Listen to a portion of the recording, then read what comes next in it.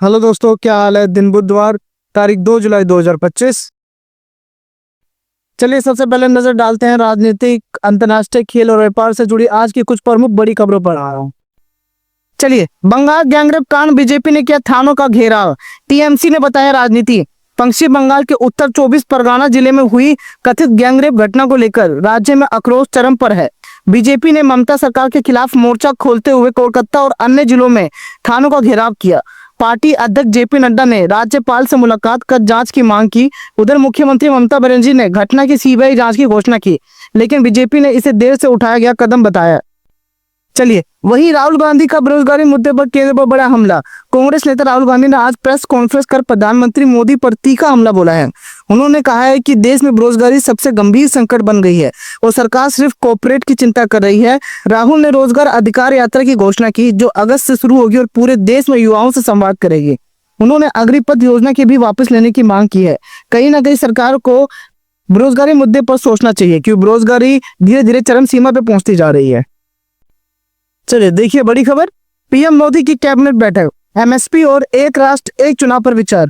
आज प्रधानमंत्री नरेंद्र मोदी ने नई दिल्ली स्थित प्रधानमंत्री आवास पर मंत्रिमंडल की एक महत्वपूर्ण बैठक बुलाई है। बैठक का मुख्य एजेंडा था आगामी मानसून सत्र 2025 के लिए कानून और नीतियों की रणनीति तय करना। केंद्र सरकार न्यूनतम समर्थन मूल्य एमएसपी पर कानूनी गारंटी देने का प्रस्ताव पर गंभीरता से विचार कर रही है। इसके अलावा एक राष्ट्र एक चुनाव, वन नेशन वन इलेक्शन को लेकर एक ड्राफ्ट बिल तैयार किया गया है, जिस पर संसद में बहस हो सकती है। बैठक में गृह मंत्री अमित शाह, रक्षा मंत्री राजनाथ सिंह और वित्त मंत्री निर्मला सीतारमण मौजूद रहे थे। चलिए देखिए अगली बड़ी खबर, रूस यूक्रेन युद्ध में फिर बड़ा तनाव। रूस और यूक्रेन के बीच युद्ध एक बार फिर तेज हो गया है। हाल ही में रूस ने यूक्रेन के ओडेसा शहर में मिसाइल हमला किया, जिससे कई नागरिक मारे गए। नाटो देश ने रूस की आलोचना की और तत्काल युद्ध विराम की मांग की है। वहीं रूस ने आरोप लगाया है कि यूक्रेन पश्चिमी हथियारों से उसके सीमावर्ती क्षेत्र में को निशाना बना रहा है। चलिए, चीन में भारी बाढ़, लाखों लोग प्रभावित। चीन के दक्षिणी हिस्से में भीषण बढ़ रही है। लगातार बारिश के कारण यंगत्जे नदी का जल स्तर खतरनाक स्तर तक पहुंच गया है।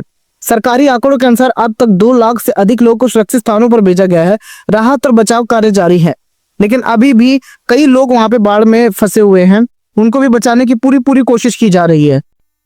चलिए, यूएन ने अफ्रीका में भूखमरी को लेकर चेतावनी दी।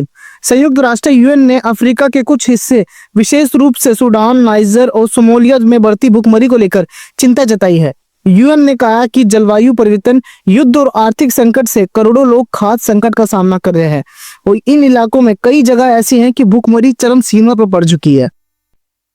भारतीय और वैश्विक अर्थव्यवस्था में आज क्या रहा खास, आइए जानते हैं आर्थिक जगत की बड़ी सुर्खियां। चलिए देखिए अगली बड़ी खबर, भारत की जीडीपी ग्रोथ दर 7.3% रहने का अनुमान। वैश्विक मंदी के बावजूद तेजी बरकरार। नीति आयोग और वित्त मंत्रालय ने संयुक्त रूप से एक रिपोर्ट जारी की है, जिसमें भारत के वित्त वर्ष 2024-25 के लिए आर्थिक वृद्धि दर 7.3% रहने का अनुमान लगाया गया है। यह विकास दर वैश्विक मंदी और भू राजनीतिक संकटों के बावजूद उत्साहजनक मानी जा रही है। रिपोर्ट के अनुसार सेवा क्षेत्र, निर्माण, डिजिटल सुधार और कृषि निर्यात में सुधार से यह गति बनी है। भारत ने इस दौरान दुनिया की सबसे तेजी से बढ़ती बड़ी अर्थव्यवस्था का स्थान कायम रखा है। महंगाई दर में गिरावट, जून 2025 में सीपीआई कंज्यूमर प्राइस इंडेक्स 4.2% पार पहुंची। महंगाई दर कंज्यूमर प्राइस इंडेक्स सीपीआई जून में घटकर 4.2% पर आ गई है, जो मई में 4.6% थी। खाद्य वस्तुएं, खासकर दालें, सब्जियां और रसोई गैस की कीमतों में स्थिरता इसका प्रमुख कारण है। रिजर्व बैंक ने कहा है कि यदि मानसून सामान्य रहा तो महंगाई दर और नीचे आ सकती है, जिससे ब्याज दर में कटौती की संभावना बन सकती है। ये आरबीआई के अनुसार है। अब नजर डालते हैं दुनिया भर की कुछ बड़ी और अहम अंतर्राष्ट्रीय खबरों पर। चलिए देखिए अगली बड़ी खबर, T20 वर्ल्ड कप 2026 की कमान भारत को मिली।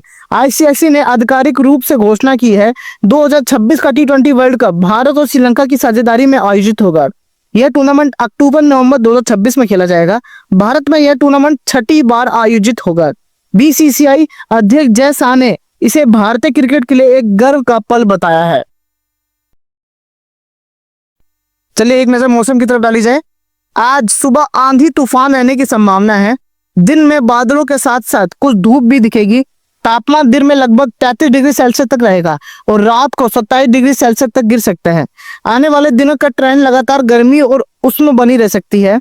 2 से 7 जुलाई तक कई दिनों में सुबह दोपहर के समय बारिश या बिजली गिरने की संभावना है। दिन में 33 से 36 डिग्री सेल्सियस के बीच और रात में 26 से 28 डिग्री सेल्सियस के बीच तापमान रहेगा।